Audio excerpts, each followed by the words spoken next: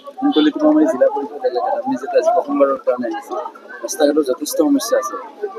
যিগৰাকী কংগ্ৰেছৰ বিধায়িকা আছে তেওঁক ৰাস্তা ঘাটৰ সম্পৰ্কে কোৱাৰ লগে লগে তেওঁৰ এটাই কথা যে বিৰোধী দলৰ এম এল এ, গতিকে আমি কৰিব পৰা নাই।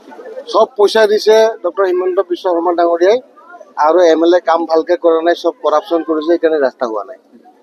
চ' এতিয়া এইটোৰ ওপৰত ইনকুৱাৰী হ'ব লাগিব যে পইচা দিয়া ডক্টৰ হিমন্ত বিশ্ব শৰ্মা ডাঙৰীয়াই যিটো আমাক 20 কোটি দিয়ে, 10 কোটি দিয়ে, এই পইচাবিলাক ক'ত গ'লে? কুন্তলিত ৰাস্তাটো বনাব পাৰিলে, বনোৱা নাই। সেইকাৰণে মই কৈছোঁ আজি ৰাইজে সিদ্ধান্ত ল'বলৈ সময় হ'ল। কংগ্ৰেছক ভোট দি পেলাই নিজৰ ভোটটো নষ্ট কৰাৰ কোনো লাভ নাই। বিজেপিক ভোট দিয়ক, অহাবাৰ বিজেপিৰ এম এল এ হ'ব, আৰু এইবাৰ হামিদা বাইদেউ আৰু মঞ্জুলা বাইদেউ ZPC এগৰাকী উঠিছে আৰু এগৰাকী আঞ্চলিক পৰিষদ, দুয়োগৰাকী জিকক। তাৰপিছত এইখিনিত আমি কাম আৰম্ভ কৰিম, আৰু অহাবাৰটোতো ইয়াত নন্দিতা বাইদেউ কোনো পধ্যেই আৰু এম এল এ হ'ব নোৱাৰে ইয়াত, গতিকে আমাৰ এম এল এ হ'ব, আৰু আমি বিজেপিৰ এম এল এ লৈ পেলাই এইখিনি ডেভেলপ কৰিম। 1-1.5 বছৰৰ ভিতৰতে আপোনালোকে দেখিব কুন্তলী অঞ্চলত ৰাস্তাও হ'ল, যি জেগাত দলং নাছিলে দলঙো হ'ল, আৰু তেতিয়া ৰাইজে গম পাব যে কংগ্ৰেছক ভোট দি কি পস্তাই আছিলে, কংগ্ৰেছক ভোট দি যে কিমানখিনি লছ হ'ল, এইটো অহাবাৰ ইলেকশ্যনৰ পিছত বুজি পাব যে আমাৰ চৰকাৰ অহাৰ 6 মাহৰ ভিতৰতে ইয়াত ৰাস্তা পদূলি কাম আৰম্ভ হৈছে। এতিয়া আমি পইচা দি পঠাইছোঁ, এতিয়া চৰকাৰক বদনাম কৰিবলৈ কাৰণে তেওঁ কোনফালে ৰাস্তাটো বনাইছে এইটো তেওঁ জানে। এতিয়া বদনাম কৰিবলৈ কাৰণে এইবিলাকৰ ৰাস্তা বনোৱা নাই, তো গতিকে বদনাম কৰিলে নহ'ব। আমাৰ ৰেকৰ্ড আছে, আজি নন্দিতা বাইদেউক কিমান কোটি টকা দিয়া হৈছে PW ডিপাৰ্টমেণ্টৰ পৰা। এতিয়া তেওঁ সেইটো ৰাইজক হিচাপ দিয়ক। এতিয়া ইলেকশ্যন আহিছে, হিচাপ দিব নাই পৰা, ৰাইজেতো বিচাৰিছে ৰাস্তা। আমাৰ হামিদা বাইদেৱে কৈছে ৰাস্তা দিব লাগে, মঞ্জুলা বাইদেৱে কৈছে ৰাস্তা দিব লাগে, তেওঁতো দিব পৰা নাই। সেইকাৰণে দুয়োগৰাকী এইবাৰ ইলেকশ্যন খেলিছে। এইবাৰ নন্দিতা বাইদেউক এবাৰ এৰিকা দিব এই পঞ্চায়ত নিৰ্বাচনত, আৰু তেতিয়া বুজি পাব যে মানুহক ঠগি পইচাবিলাক আনি কাম নকৰিলে কি অৱস্থা হয়। কুন্তলিত আমাৰ এলেকাত বিশেষকৈ সংখ্যালঘু ইয়াত বিজেপি প্ৰাৰ্থীগৰাকী যথেষ্ট উত্থান দেখিবলৈ পোৱা গৈছে। 100% জিকিব। কি উত্থান হৈছে এতিয়া মুছলমান মানুহে গম পাইছে বিজেপি কি বস্তু। এতিয়া মুছলমান মানুহে গম পাই গৈছে বিজেপি কি পাৰ্টি। আগতে ভাবি আছিলে কংগ্ৰেছে সদায় আহে, ইলেকশ্যনৰ সময়ত ভয় খুৱাই দিয়ে যে বিজেপি আহিলে মুছলমান থাকিব নোৱাৰিব। এতিয়া বিজেপি অহাৰ পিছততো মুছলমানবিলাকে মাটিৰ পট্টাও পাইছে, মুছলমানবিলাক ঘৰ পাইছে, মুছলমান সমাজে PM কিষাণ পাইছে, আয়ুষ্মান ভাৰত পাইছে, ৰেচন কাৰ্ডত ফুল চাউল পাইছে, 2 বেলা ভাত খাবলৈ পাইছে। এতিয়া মুছলমান সমাজ খুচ। এতিয়া গম পাইছে যে এইবিলাকতো বিজেপি গভৰ্ণমেণ্টে দিয়া, কংগ্ৰেছে কৈ থাকে তেখেতসকলে দিয়া, সেইকাৰণে ভুল বুজি আছিলে। এতিয়াতো কংগ্ৰেছৰ চৰকাৰেই নাই।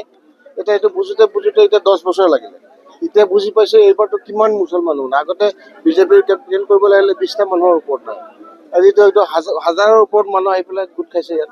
তো এইটোৱে প্ৰমাণ এইবাৰ বিজেপিৰ ফালে গোটেই মুছলমান সমাজো আহিছে, খ্ৰীষ্টান সমাজো আহিছে, ট্ৰাইবেল সমাজো আহিছে, চব মানুহে বিজেপিক ছাপোৰ্ট কৰিব আহিছে। গতিকে এইবাৰ পঞ্চায়ত ইলেকশ্যনত আমাৰ কুন্তলিত হামিদা বাইদেউ জিকাটো খাটাং, আৰু মঞ্জুলা বাইদেউ জিকিব একদম খাটাং।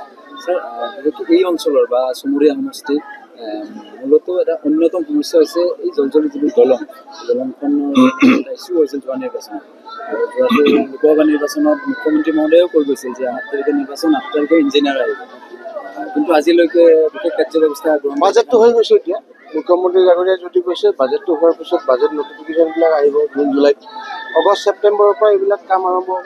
আগষ্ট ছেপ্টেম্বৰত ভাল ৰিজাল্ট আমি পাম। কিন্তু অলৰেডি যিবিলাক চেংচন দিছে সেই পইচাত যদি আমাৰ নন্দিতা বাইদেৱে নধৰে তো কৰিব কি? আমিতো পইচা দি দিছোঁ, আকৌ দিম পইচা এতিয়া, আৰু 10-15 কোটি টকা এতিয়া আকৌ দি আছোঁ। দলংখন নন্দিতা বাইদেউ ঘটিব লাগিব, আমিতো পইচা দি দিছোঁ। মুখ্যমন্ত্ৰী মহোদয়ে কৈছে পইচা দি দিয়া হৈছে মুখ্যমন্ত্ৰী ডাঙৰীয়াই। মুখ্যমন্ত্ৰী ডাঙৰীয়াই দলং দিম বুলি কৈছে, লগে লগে পইচাও দিছে। 10 কোটি মিনিমামকৈ চব এপ্লাই দিছে। 2 কোটি লাগে বিষম্য কৰিলে পইচাটো 10 কোটিটো বিষম্য হয় নেকি? নন্দিতা ঘটিব। সেই 10 কোটি ক'ত লগাইছে? 20 কোটি ক'ত লগাইছে? 20 কোটি, 15 কোটি, 30 কোটি টকা বাৰে বাৰে পাই আছে। তেওঁ যদি ৰাস্তা নবনায়, দলং নবনায়, এতিয়া চিফ মিনিষ্টাৰ আহি পেলাই তাত বনাব নেকি? MLA হে স্কিমবিলাক দিব ক'ত বনাব লাগে। এতিয়া MLA যদি সুন্তলী মানুহক বেয়াই পায়, তেতিয়া আমি কৰিম কি? চিফ মিনিষ্টাৰটো দলং বনাবলৈ কৈ গৈছে, পইচা পঠিয়াই দিছে, অলৰেডি চেংচন কৰিছে, লিষ্ট পঠিয়াব দিছে। এতিয়া আপুনি নন্দিতা বাইদেউক সোধক তেওঁৰ লিষ্টত এই দলংখন আছে নাই, যদি নাইতো কৰিব কেনেকৈ বনাব? আমি আকৌ তাত যদি বাধা দিওঁ তেতিয়া ক'ব বিজেপি চৰকাৰৰ কাৰণে কংগ্ৰেছৰ MLAক বাধা দিছে বুলি কৈছে। নন্দিতা বাইদেউক আজিয়ে সোধক যে সেই চিফ মিনিষ্টাৰে দিয়া পইচা, ডক্টৰ হিমন্ত বিশ্ব শৰ্মাই দিয়া পইচা কুন্তলিত দলংটো ধৰিছে নাই? ধৰিছে হৈ গ'ল। নগৰবেৰা দলংটো হুদক গৈ পেলাই যে ডক্টৰ হিমন্ত বিশ্ব শৰ্মাই এইবাৰ যিটো চেংচন কৰিছে পইচা, সেইটোত দলং ধৰিছে নাই? যদি নাই ধৰে আপোনালোকে হুলস্থুল কৰি দিয়ক মিডিয়াৰ পৰা, কেলে ধৰা নাই?